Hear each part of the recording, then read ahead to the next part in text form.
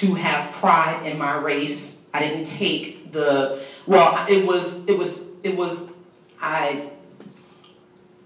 the teachings were almost indoctrinated into me, or they tried to be forced upon me to hate white people based on these incidents in history. Again, no one in this room is responsible for what happened. And I know that, and we all know that. So again, this is not coming from a place of anger. So here you have black activists who feverishly protested the injustice that took place during that time.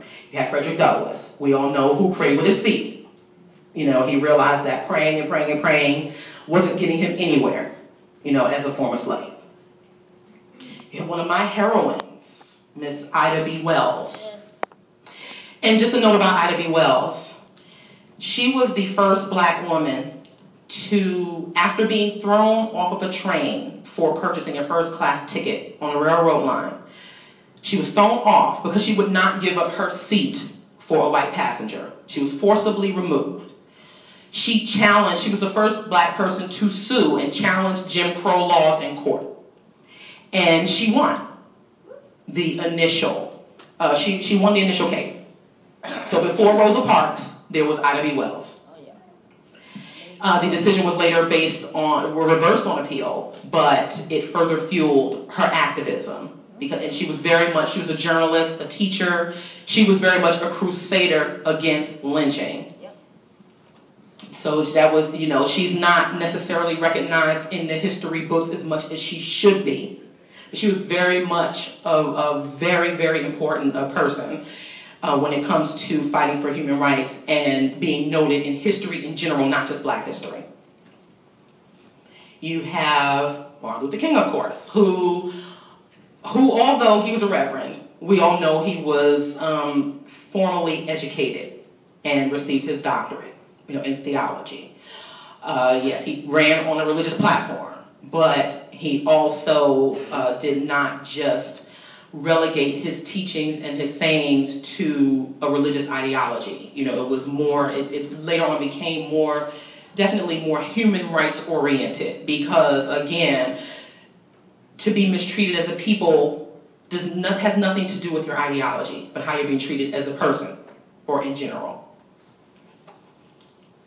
You also have Malcolm X, who was another one of my heroes.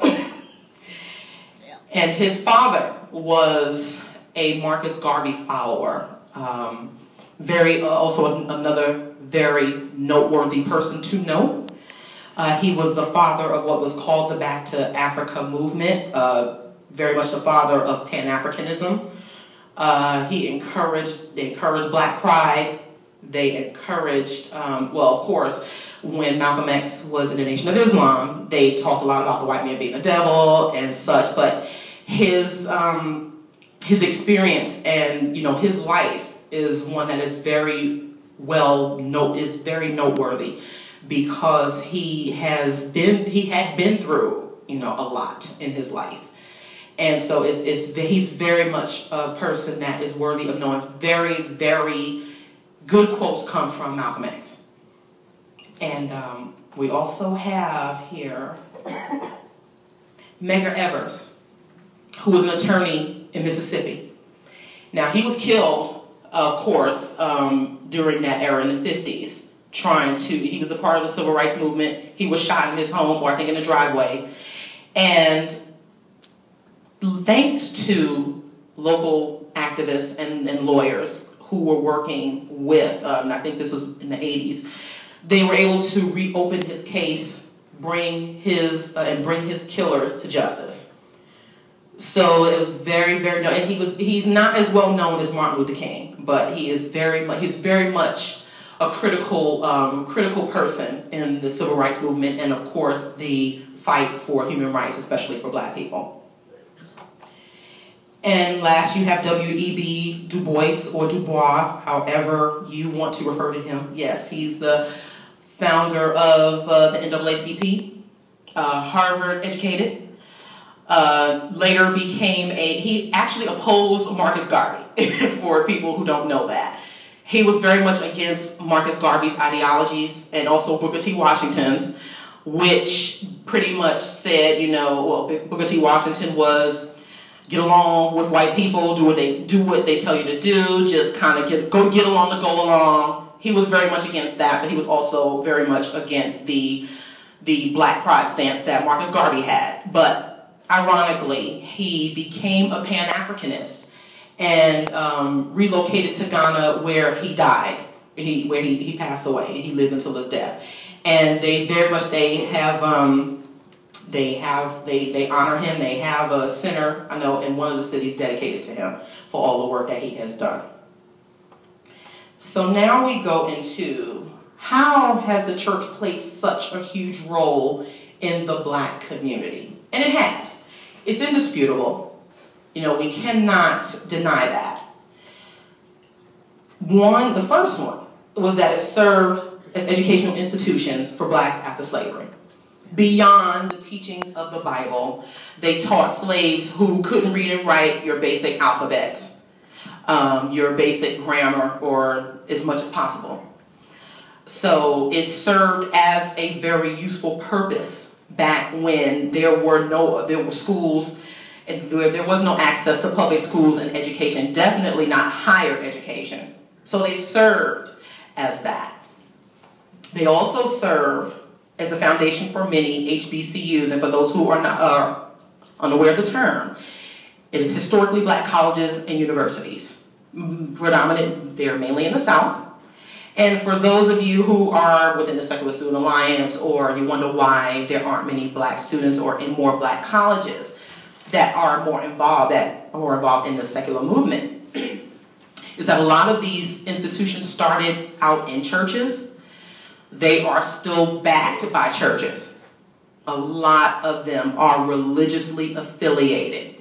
And of course, even the more public institutions, they still have the religious overtones in them. So it can be very difficult to, of course, you don't want to lose funding for your institution if you run on a secular platform. And including, you know, Morehouse, Spelman, Clark Atlanta universities, they were all founded in churches. They started off as like Baptist and Bible colleges, of course, until the names changed.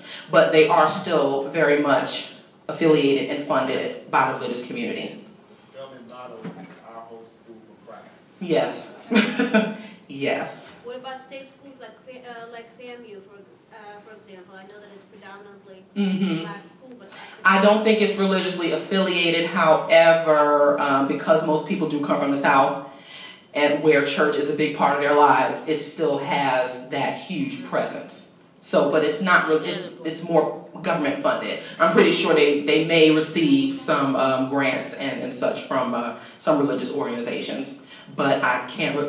From what I have researched, it is not religiously affiliated. FAM is an agricultural school. agriculture mechanical From school. Texas. Yeah. Okay. It's like A&T. Right. Mandisa, Yes. right now we're 5 over. We got 10 minutes left. Oh my Next gosh. speaker. Do you guys want to take the break, or do you want to let Mandisa keep going? Because I think we should let her keep going. Anybody disagree? Okay, wow, I didn't realize I was going over. Yeah, and churches also provided food, clothing, and other assistance in economically disadvantaged neighborhoods. There's no disputing that for the longest time.